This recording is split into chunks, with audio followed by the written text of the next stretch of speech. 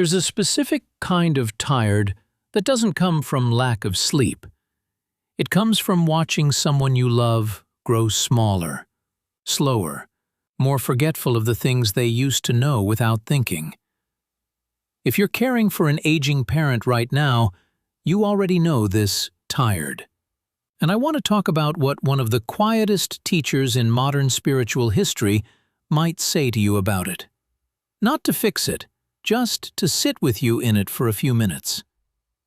Ramana Maharshi spent most of his life in near silence, on a hill in South India. People traveled for weeks just to sit in a room with him and say nothing. And one of the central threads running through his teaching was this: most of our suffering doesn't come from the situation itself. It comes from the story we build around the situation. The "why is this happening?" The "how much longer?" The guilt, the resentment, the fear underneath the fear. He wasn't saying the situation isn't hard. Watching a parent decline is hard, full stop. No teaching erases that. What he pointed to instead was something quieter. A question you can ask yourself in the middle of the hardest moments. Not, "why is this happening to me?" but, "who is this happening to?" That might sound strange at first, but sit with it for a second. When you're exhausted, when you're frustrated, when guilt creeps in because you snapped at your parent over something small, there's a you in the middle of all of that, feeling all of it intensely. Ramana's central practice, self-inquiry, was about gently turning attention toward that you. Not to judge it, just to notice it. Because here's what tends to happen when we do that honestly. The guilt is still there, but it's being witnessed rather than being drowned in. There's a small amount of space between you and the feeling.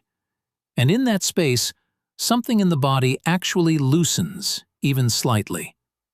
This isn't about detaching from your parent. It's the opposite, really. The less you're lost inside your own anxious story about the situation, the more presence you actually have left to give the person in front of you.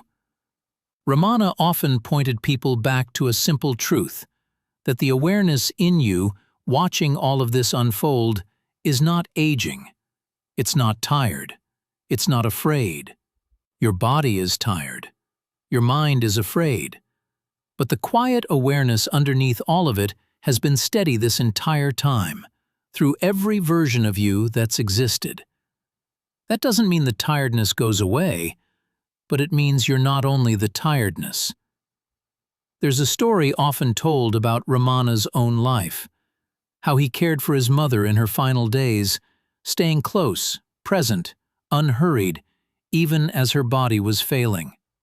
He wasn't performing peace. He was living from a place where the caregiving and the stillness weren't separate things. If you're in the middle of this right now, the appointments, the medications, the moments where your parent doesn't quite remember something, the ache of watching someone who once took care of you now need you to take care of them. I don't think the teaching is asking you to feel differently. I think it's simply asking you to notice who is feeling it, and to remember that whatever is watching all of this happen has never once been broken by it. If this landed for you, there's more of this ahead. Quiet reflections, one at a time, for whoever needs to hear them right now.